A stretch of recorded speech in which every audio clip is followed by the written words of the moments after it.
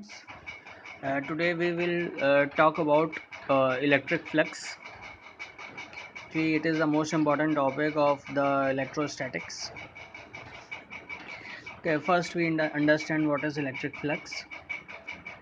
So, in very easy language, you can say the total number of electric field lines crossing per unit area. It is very easy definition.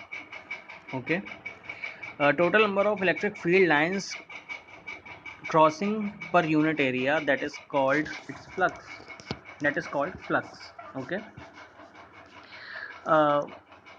At the basic level actually आपको यही सब समझना होगा. अभी फ़िलहाल ये basic introduction है, ठीक है.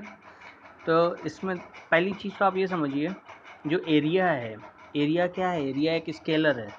Area is what? Area is scalar.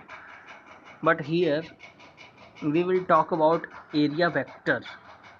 Okay, we will talk about area vector. So what is area vector? Because in area vector we will discuss about the orientation of area. Orientation of area, ठीक है. इन चीज़ों को समझिएगा, यही सब चीज़ें इसमें matter करेंगे और कुछ नहीं. अदरवाइज फ्लक्स समझ में नहीं आता किसी को क्या हो रहा है क्या नहीं हो रहा है, ठीक. तो एरिया जो पहली जो बात है वो आपका स्केलर होता है, लेकिन यहाँ पे हम एरिया वेक्टर ले रहे हैं क्योंकि एरिया वेक्टर का मतलब हम यहाँ पे ओरिएंटेशन ऑफ एरिया को कंसीडर कर रहे हैं, ठीक है. अब देखो, और area vector is always normal to the perpendicular, normal to the surface. Area vector is always taken normal to the surface, ठीक. अभी आगे डिस्कस होगी ये सब बातें. तो इसमें देखो, ओरिएंटेशन से मतलब क्या है यहाँ पे. जैसे कि सपोज कोई एक सरफेस है, मैंने जैसे यही एक सरफेस ले ली है, ठीक है. अब ये सरफेस मैंने एक ले ली, एक राउंड सरफेस है, एक जो है स्फेरिकल सरफेस है.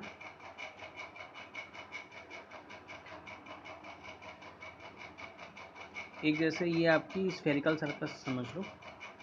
इसमें क्या हो रहा है, इसमें जो इलेक्ट्रिक फील्ड लाइंस पास हो रही हैं, अभी ये बेसिकली इस तरीके रखी हुई है, ठीक है. मतलब जो रिंग है, एक तरीके से आप समझो ये रिंग है, ठीक है. तो ये रिंग को आपने बिल्कुल जो है अपने इसको आपने बिल्कुल जो है अपने से परपेंडिकुलर रख रखा है, और इलेक्ट्रिक फील्ड सपोज इस लाइंस जो हैं वो इस तरीके हैं. तो अगर रिंग इस तरीके है तो सारी की सारी लाइंस इससे पास होंगी, ठीक. बात से इतनी बात समझ में आ रही, सारी लाइंस इससे पास होंगी. अब आप क्या करो, इस रिंग को जो है अब आप इसका ओरिएंटेशन चेंज करो. इसको आपने रख दिया ऐसे, इलेक्ट्रिक फील्ड लाइंस तो आपकी ऐसी ही थी, ठीक है. तो पहले क्या था, पहले अगर बिल्कुल ये एक स्ट्रेट थी कुछ, मतलब ये एक तरीके से अगर देखा जाए तो ये पहले स्ट्रेट थी. अब ये क्या हुआ, अब ये कुछ जो है कोई किसी एक एंगल पे टिल्ट हो गई. अब ये पर्टिकुलर एक एंगल पे ये टिल्ट हो गई. तो जो नंबर ऑफ फील्ड लाइंस जो हैं वो क्या होंगी, डिक्रीज़ होंगी. नंबर ऑफ फील्ड लाइंस क्या हो जाएंगी, डिक्रीज़ हो जाएंगी, ठीक. और आप अब क्या करो, इसको और ज़्यादा बिल्कुल ही इसको ऐसे करो, ठीक है. बिल्कुल ही क्या कर दो, बिल्कुल इसको बिल्कुल आप जो है बिल्कुल पहले जैसे मान लो आपके रिस्पेक्ट में ये पैरेलल थी, अब इसको 90 डिग्री पे 90 डिग्री के अलॉन्ग कर दो फर्स्ट पोजीशन के रिस्पेक्ट में. तो आप देखोगे कि अब इससे कोई फील्ड लाइंस क्रॉस नहीं हो रही, ठीक है. जैसे आप कोई एक रिंग ले सकते हो, जैसे आप अपने घर में कोई एक जैसे कड़ा है वो ले सकते हो या रिंग ले सकते हो. तो उसको आप पहले इस तरीके करके देखो पोजीशन, तो आप देखोगे उसमें बहुत सारी, और फिर उसको क्या करो, उसको धीरे धीरे धीरे धीरे इसको टिल्ट करो. जब आप इसको इस तरीके टिल्ट कर दोगे तो आप देखोगे कि इससे इलेक्ट्रिक फील्ड लाइंस जो है अब इससे क्रॉस नहीं हो रही. इस केस में कोई इलेक्ट्रिक फील्ड लाइन क्रॉस नहीं होगी, क्योंकि सारी की सारी क्या होंगी, लाइंस जो है वो निकल जाएंगी, इस सरफेस के ऊपर से निकल जाएंगी. इसमें इससे कुछ नहीं निकल रहा है, इस सरफेस के ऊपर इधर उधर से सब निकली जा रही, लेकिन इस सरफेस से होकर के कोई नहीं निकल रही है, ठीक है. मतलब इस सरफेस के थ्रू कोई भी इलेक्ट्रिक फील्ड लाइंस नहीं निकल रही, ये बात समझिएगा, ठीक है. तो no electric field line is passing through this area. ठीक है, इस केस में। तो एक्सप्रेशन फॉर इलेक्ट्रिक फ्लक्स को डिनोट किससे करते हैं? फाई से। ठीक है, it is the product of area and component of electric field normal to the area. ठीक है, it is the product of area and component of electric field normal to the area. अब suppose जैसे कि कोई एक जो है आपका कोई एक सरफेस है, ठीक है, कोई भी एक सरफेस है, तो इस सरफेस में जो इलेक्ट्रिक फील्ड लाइंस हैं वो सपोज इस तरीके हैं। ठीक है, इलेक्ट्रिक फील्ड लाइंस जो हैं वो इस तरीके हैं। और मैं आपको बता दूं जो एरिया वेक्टर होगा वो ऑलवेज, जैसे कि मान लो ये कोई सरफेस है, तो इस सरफेस से वो हमेशा किसी भी पॉइंट पे, जैसे मान लो इस पे टेंजेंट ड्रॉ करो, कर्व सरफेस है, इस पे जो नॉर्मल होगा वही आपका एरिया वेक्टर है। ठीक, इसके लिए एरिया वेक्टर ये है, इस पॉइंट के लिए एरिया वेक्टर आपका ये है, और थोड़ा नीचे सपोज ऐसा है, तो इसके लिए ये नॉर्मल जो भी वेक्टर है वो आपका एरिया वेक्टर है ए। यहाँ पे इस सरफेस के लिए जो नॉर्मल है वो ये है, तो ये भी आपका एरिया वेक्टर है। मतलब सरफेस से हमेशा वो नॉर्मल होगा। एरिया वेक्टर कैसा होगा? सरफेस से नॉर्मल होगा। नहीं आपको नॉर्मल समझ में आ रहा तो आप क्या करो, सरफेस पर टेंजेंट ड्रॉ करो और उस पर नॉर्मल ड्रॉ कर दो। ठीक है, तो ये आपका एरिया वेक्टर है किसी भी सरफेस पे। और जैसे आपको अच्छे से और समझना है तो और अच्छे समझ सकते हो, जैसे कि कोई आपकी बुक है, जैसे ये सपोज आपकी बुक है, तो बुक के ऊपर आप एक कोई पेन रख दो ऐसे नॉर्मली, तो ये जो है, ये जो आपको जो बाहर की तरफ जो निकला हुआ दिख रहा है, यही आपका क्या है? Area vector. ये सीधी सरफेस है, ठीक है, बुक क्या एक सीधी सरफेस है, उसके ऊपर एक पेन रख दो, ठीक है, तो ये जो आपको दिख रहा है ये आपका एरिया वेक्टर है। कहीं भी रख दो तो ये सब क्या है? ये सब एरिया वेक्टर है। एरिया वेक्टर क्या होगा? ऑलवेज परपेंडिकुलर होगा, और इसकी क्वालिटी क्या है? आउटवर्ड। इसकी क्वालिटी क्या है? आउटवर्ड। ये हमेशा कैसा होगा? आउटवर्ड होगा। एक चीज़ और समझ लो, आउटवर्ड का ये मतलब होता है कि सपोज जैसे कि सरफेस आपकी इस तरीके है, ठीक है, मान लो ये वाली जो सरफेस है, अभी हम इस सरफेस की बात कर रहे हैं, तो इस सरफेस के लिए जो एरिया वेक्टर है वो इस तरफ है, आउटवर्ड। और ये वाली जो इसके पीछे वाली सरफेस है, इसके लिए जो एरिया वेक्टर होगा वो इधर की तरफ होगा, मतलब आउटवर्ड होना चाहिए। ये बहुत बेसिक चीज़ें हैं जो आपको हम बता रहे हैं, ठीक है, आपको यही सब डाउट रहेगा। ठीक, ये बहुत इंपॉर्टेंट चीज़ आपको बताई जा रही है, ठीक है। Area vector is always normal to the surface and its direction is always outward. ठीक है, पहली चीज़ तो नॉर्मल टू द सरफेस होगा, perpendicular to the surface, normal to the surface and outward, outwards to the surface. ये चीज़ को आपको हमेशा ध्यान रखना है, ठीक है। ये इसमें बेसिकली आपको नहीं लिखा हुआ है, लेकिन आप नोट्स में इंक्लूड कर लेना है इसको, ठीक है। तो अब क्या करेंगे, तो देखो ये क्या है, जैसे मान लो ये ई है, जो चीज़ आपको हम बता रहे थे बेसिकली, जैसे कि मान लो वो ई है, ये आपकी इलेक्ट्रिक फील्ड लाइंस हैं, ये इस तरीके जा रही हैं। और मैंने क्या बताया, जो एरिया, जैसे ये सरफेस है तो इसका जो एरिया वेक्टर होगा वो सपोज वो आपका जो है वो सपोज इस पर क्या है, इस पर परपेंडिकुलर है, वो क्या है इस पर परपेंडिकुलर का मतलब कुछ ऐसा है, ठीक है। तो इसको आप डिनोट कर रहे हो नॉर्मल, यानी एन से, एन कैप से। तो आपको क्या करना है, अब जो कंपोनेंट लेना है, जो इलेक्ट्रिक फील्ड का जो कंपोनेंट लेना है वो कैसा लेना है? Along the direction of area vector. बात समझना, आपको अब जो कंपोनेंट इलेक्ट्रिक फील्ड का लेना है वो along the direction of area vector. यही चीज़ लिखी हुई, product of area and component of electric field normal to the area and component of electric field normal to the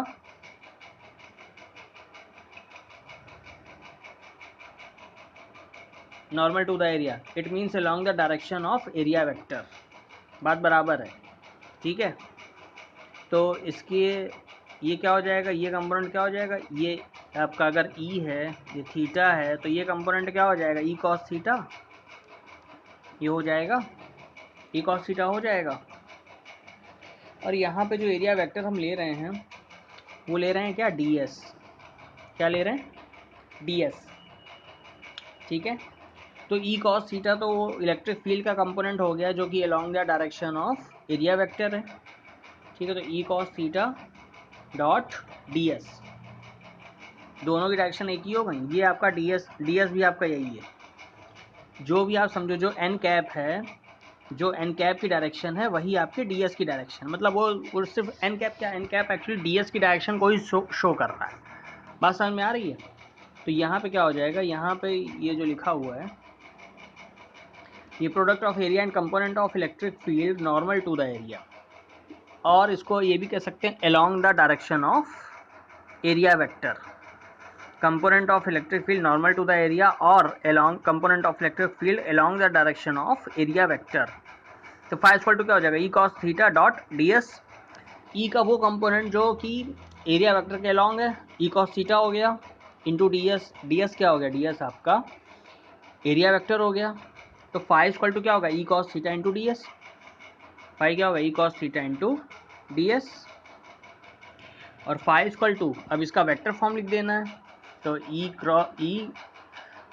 dot D S, E dot D s को expand करोगे तो आपका E magnitude मतलब mod of D S into cos theta, ठीक है, यही तो आता है, ठीक है। यहाँ तक चीज़ें क्लियर हो रही होंगी, इसमें किसी को कोई डाउट तो नहीं है, ठीक है। अब एक चीज़ और समझिएगा,